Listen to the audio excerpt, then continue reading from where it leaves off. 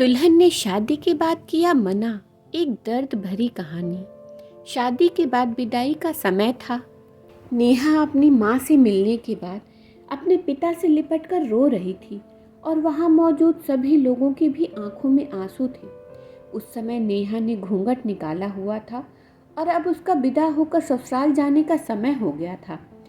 तो जैसे ही नेहा रोती हुई कार में बैठने लगी, तभी उसकी छोटी बहन रोती हुई उससे दोबारा लिपटकर रोने लगी।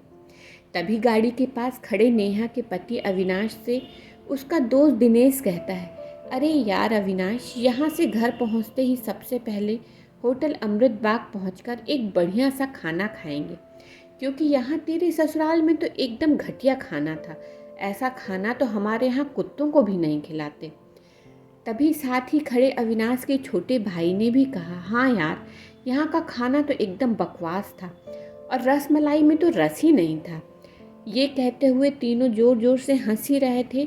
तभी नेहा के पति अविनाश ने भी अपने ससुराल वालों की मजाक उड़ाते हुए कहा कि हाँ यार, मैंने भी मजबूरी में ही यहाँ खाना खाया, वरना मैं तो ऐसे खाने को हाथ भी नहीं लगाता। और अब पक्का हम तीनों घर पहुँचते ही होटल अमृत बाग का खाना खाएंगे। अपने पति के मुंह से ऐसी बातें सुनकर नेहा कार में बैठती बैठती रुक गई और उसने गुस्से में सबके सामने अपना घूंघट हटाते हुए कार के दरवाजे को जोर से बंद किया और आंखों में आंसू लिए नेहा अपने पिताजी के पास चली गई और उनका हाथ पकड़कर उनसे ये कहा कि पिताजी, मैं ससुराल नहीं जाऊंगी, मुझे ये रिश्ता बिल्कुल मंजूर नहीं है।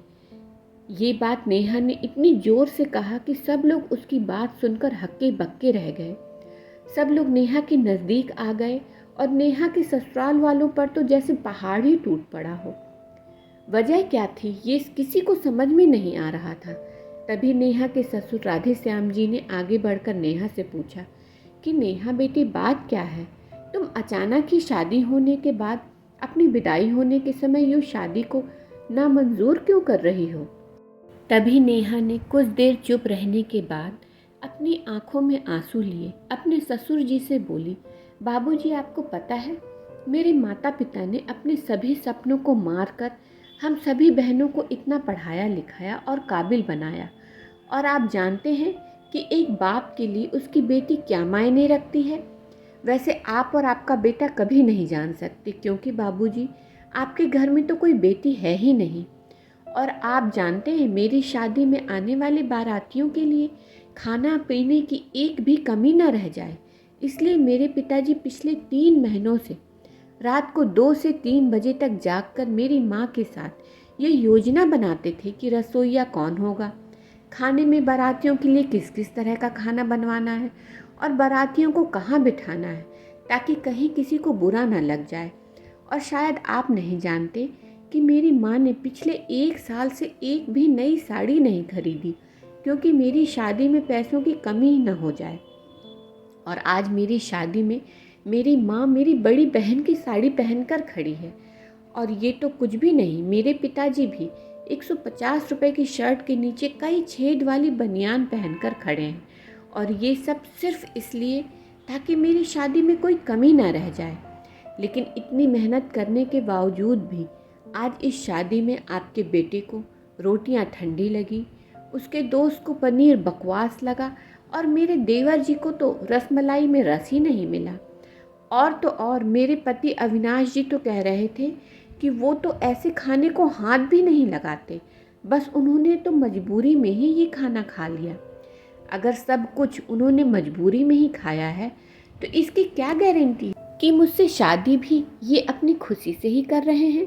कल को अविनाश जी ये भी कह सकते हैं कि मुझसे भी उन्होंने मजबूरी में ही शादी की है।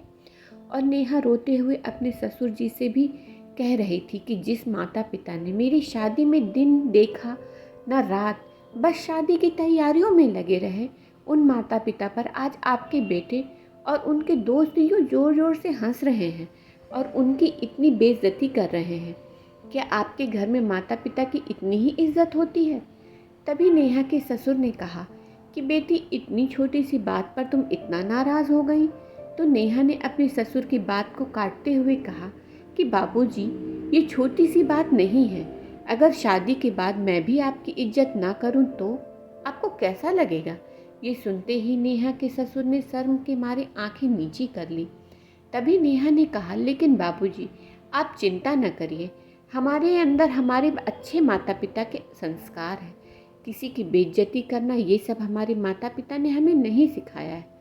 ये सुनते ही नेहा के पिताजी दयाशंकर जी ने आंखों में आंसू लिए अपनी बेटी को गले लगा लिया और उससे कहा कि बेटी, मुझे गर्व है कि तू मेरी बेटी है, और अब तू शांत हो जा बेटी। तुझे मेरी कसम, तू इन्हें माफ़ कर दे और खुशी खुशी अपने ससुराल चली जा।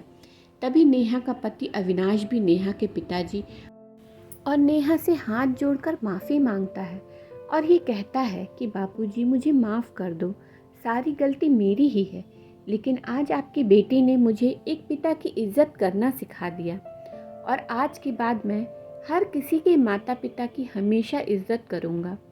उसी वक्त नेहा के ससुर राधे श्याम जी भी आगे आकर अपनी बहू नेहा के सर पर हाथ रखकर कहते हैं कि मैं तो बहू लेने आया था, लेकिन ईश्वर बहुत कृपालु हैं, उन्होंने मुझे बहू के रूप में एक बेटी दे दी, और वो भी इतने अच्छे संस्कार वाली, जो कि माता पिता का इतना सम्मान करती है। और अब बेटी, मेरे कहने से इन नालायकों को भी माफ़ कर दे, मैं हाथ जोड़ता हूँ तेरे सामने। तभी नेहा अपने ससुर जी के दोनों हाथ को पकड़ लेती है और कहती है कि नहीं बापूजी, आप मेरे पिता के समान हैं, कृपया आप मेरे सामने हाथ मत जोड़िए। तभी नेहा के पिताजी दयाशंकर जी भी कहते हैं कि समधी जी, आप मेरी बेटी के सामने हाथ जोड़कर कृपया हमें शर्मिंदा मत कीजिए। मेरी तो आपसे बस इतनी ही प्रार्थना है कि आप हमेशा मेरी बेटी को अपनी बेटी ही समझना, और इससे कभी कोई गलती हो जाए तो इसे माफ़ कर देना। तो राधे श्याम जी ने अपने समधी दयाशंकर जी का हौसला बढ़ाते हुए कहा कि आप बिल्कुल चिंता मत करिए, बल्कि अब तो नेहा बेटी ही हमारे पूरे घर को संभालेगी, और अब यही हमारे घर की लक्ष्मी है। ये सुनकर नेहा के पिताजी बहुत खुश हो जाते हैं और अपनी बेटी को खुशी खुशी विदा कर देते हैं, और नेहा अब राजी खुशी अपने ससुराल रवाना हो गई थी और अपने पीछे छोड़ गई थी आंसुओं में भीगी हुई अपनी माँ और पिताजी की आंखें, और अपने पिता का वह आंगन, जिस आंगन में कल तक वह खूब हंसती खेलती थी। आज से इस आंगन की चिड़िया उड़ गई थी किसी दूर प्रदेश में। तो दोस्तों, बेटी माँ बाप का अभिमान व एक अनमोल धन होता है, और दोस्तों, अपनी छाती पर पत्थर रखकर वो अपनी प्यारी बेटी और अपने जिगर के टुकड़े को उसकी शादी करके उससे विदा करते हैं। इसलिए दोस्तों, एक बाप अपनी बेटी की शादी करके वैसे ही उससे दूर हो जाता है, और हमें उसका अपमान करके उन्हें और दुखी कभी नहीं करना चाहिए। और यदि आप भी अपने माँ बाप और बेटी से प्यार करते हैं तो चैनल को सब्सक्राइब ज़रूर करिए।